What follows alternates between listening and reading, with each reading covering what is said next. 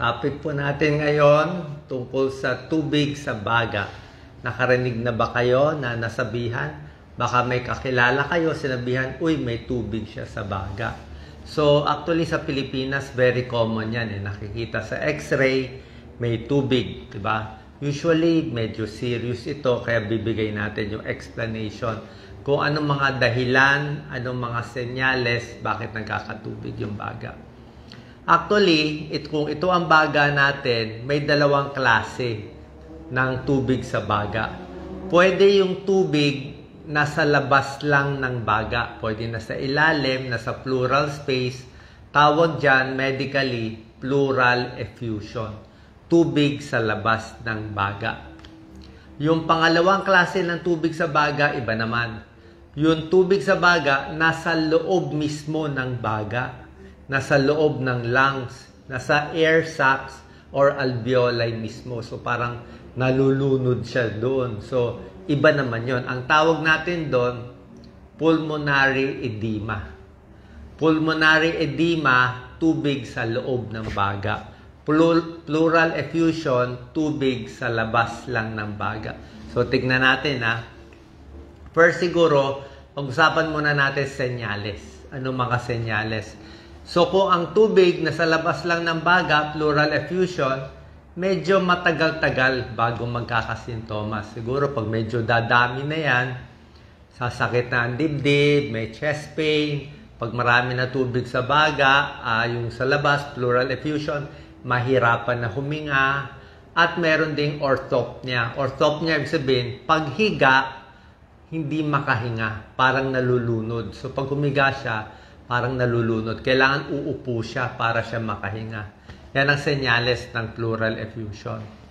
Pero yung sinasabi kong pulmonary edema, yung tubig na sa loob mismo ng baga. Usually, ang cause nitong pulmonary edema ay heart failure. Pag mahina ang puso, congestive heart failure, kasi puso, di ba? May kaliwang bahay, may kanang bahay yung puso. So, minsan, pag mahina ang bomba ng puso, bilang cardiologist, alam ko po yan, pag mahina yung bomba nung left ventricle, nag-iipon yung dugo or yung tubig, yung fluid, nag-iipon sa baga. Nai-stack up kasi mahina nga yung pumping. Kaya tawag dyan, pulmonary edema, heart failure, yung tubig nasa loob mismo ng baga. So, nandito mismo. Ang nararamdaman ng pulmonary edema, mas malala. Mas malala. Ang naramdaman niya parang gasping for breath. Parang nalulunod. Talagang nalulunod siya kasi may tubig sa lungs mismo sa alveoli. So parang nalulunod, hindi siya makahinga, tapos minsan hindi na makasalita, isang diretsong sentence, tsaka humuhuni na, humuhuni. Feeling niya parang nalulunod, okay? Tapos merong kakaiba itong pulmonary edema, lalo na kung marami ng tubig dito sa loob ng lungs. Yung ubo niya, inuubo siya Paano? Nasa loob mismo ng lungs niya. Ang ubo niya, ang plema, ibang klase kulay, pink. Pink na maraming bula-bula. Parang medyo laway ang dating Pink frothy sputum. Nakakita na ako niyan. Pink na parang mabula-bula kasi parang napupuno ng tubig yung lungs. Minsan dumudugo pa. So, cough with pink frothy sputum. Tapos, dahil nga heart failure siya, yung puso niya irregular din ang tibok. Mabilis ang tibok. Gasping for breath. Ninenervyos, nanginginig, nanlalamig. Usually, nagmamanas pa.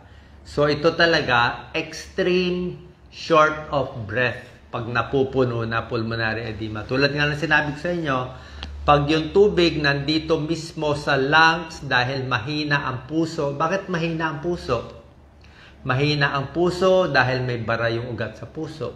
Okay? May bara yung artery, coronary artery disease, sigarilyo, stress, kain ng matataba, di ba? Pwede yan. Pwede may sira yung valvula sa puso. Pwedeng sobrang high blood. So, heart failure, pwede mag-cause ng pulmonary edema. Minsan, other causes, nandito na tayo sa mga dahilan. Pwede rin yung kidney failure.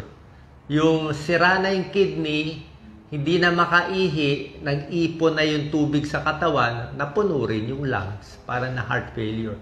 So, pwede rin yan. Kidney failure na malala, napupuno rin. Minsan, liver failure, nagkakatubig din minsan sa baga pag nasisira na ibang organs. Pero ito usually sa pagmamanas to eh. May manas din sila. Bukod sa tubig sa baga, nagmamanas din. Heart failure, kidney failure, liver failure. Okay, pulmonary edema. Tapos, ano naman yung cause ng tubig sa labas ng baga? Yung sa labas lang, pleural effusion.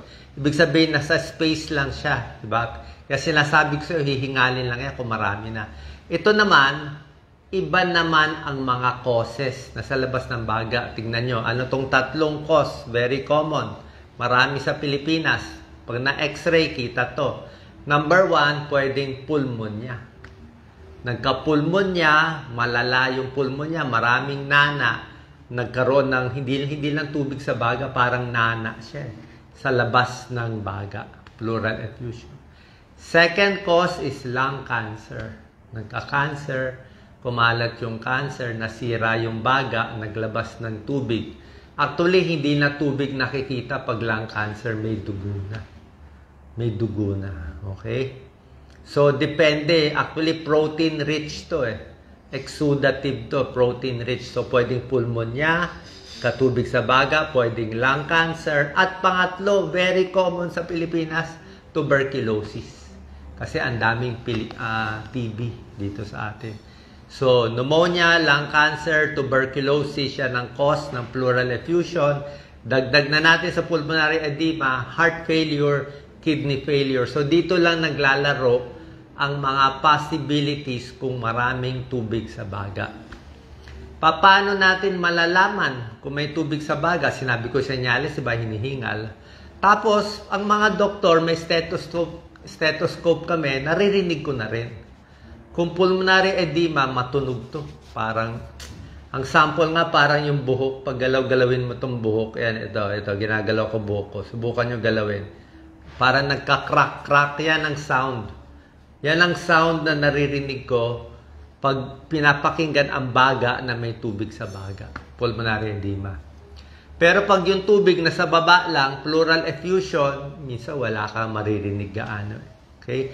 Pero the best way para malaman kung may tubig sa baga, simple lang, x-ray lang.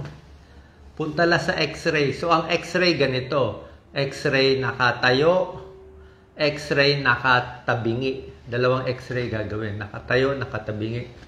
Kasi itong pleural effusion na sinasabi kong tubig sa labas ng baga, sa pleural space, pwedeng pulmonya, lung cancer, tuberculosis. Parang wala akong baso ng soft drinks eh. Parang baso siya eh. Yung baga natin, parang bote ng soft drinks, di ba? Tinanggal mo yung, naglagay ka ng tubig doon. So pag nakaupo yung tao, pag nakatayo yung tao, naka-upright tayo, yung tubig mag-iipon dito sa ilalim. Nandito siya. So, pag in-x-ray, kita dito. Tapos, pag pina-side view natin yung pasyente, humiga siya pa side view, x-ray, yung tubig, pag in-x-ray, dito naman mapupunta. So, yung tubig parang naglalaro pumunta dito. Pag umupo, ganyan tayo, nakagayan naman ulit tubig. Tapos, pag sinide view, kita sa x-ray. Kaya pa nakita sa x-ray, may gumagalaw, ay pleural effusion yun. Depende sa kapal, sa dami. So, chest x-ray, pwede ring CT scan, kita rin sa CT scan. Meron ding ultrasound ng baga. Ultrasound, nakikita rin yung pleural effusion. Tapos, ang ginagawa ng mga doktor, ganito. Ito yung tinutusok yung chest. Thoracentesis ang tawag doon eh. Naglalagay ng maliit na needle, pero kailangan doktor lang gagawa. Kailangan masakto niya na yung tutusukin niya, dapat nandun yung tubig. Kasi mamaya tusukin niya yung wala sa tubig, butas ang baga, delikado. Pneumothorax na butas, delikado yun. So dapat naka-ultrasound, nakita, nandito nag-ipon yung tubig, usually sa baba, tapos tinutusok. Pag tinusok, lalabas yung liquid. Pag lumabas na liquid, kulay dilaw na parang nana, ay pulmonya yan. Pag lumabas yung pag lumabas na liquid ay mapula, madugo, baka cancer yun. Mapula, dugo So, cancer lumaki. Pag lumabas medyo maputi lang, baka heart failure, pwede rin. O baka tuberculosis, baka mas light colored. So, torasynthesis, para tanggalin yung tubig, kung sobra dami lang, bago nila ginagawa yan. Pero kung konti lang yung tubig sa baga, let's say, konti lang. Natatansya ng doktor yan kung parang 200 ml lang, 300 ml, hinahayaan na lang. Kung 500 ml o 1 liter, tinatanggal yan. So sabi mo, Dok, bakit naman iniiwan yung mga 300 ml lang o mas konti? Kasi ang gagawin natin, kung may tubig dyan, pleural effusion, or kahit dun sa pulmonary edema, binibigyan natin ng pampaihi ang pasyente.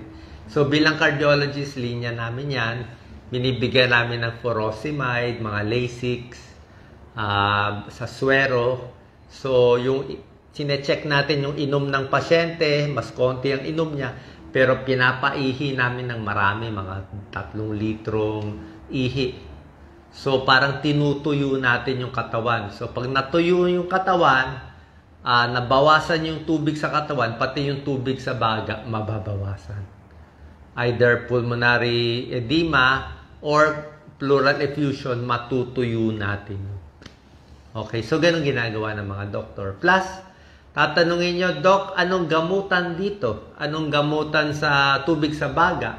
Depende sa cause. Kung ang sanhi ay pulmonya, gamutin ang pulmonya. Kaya gamutin.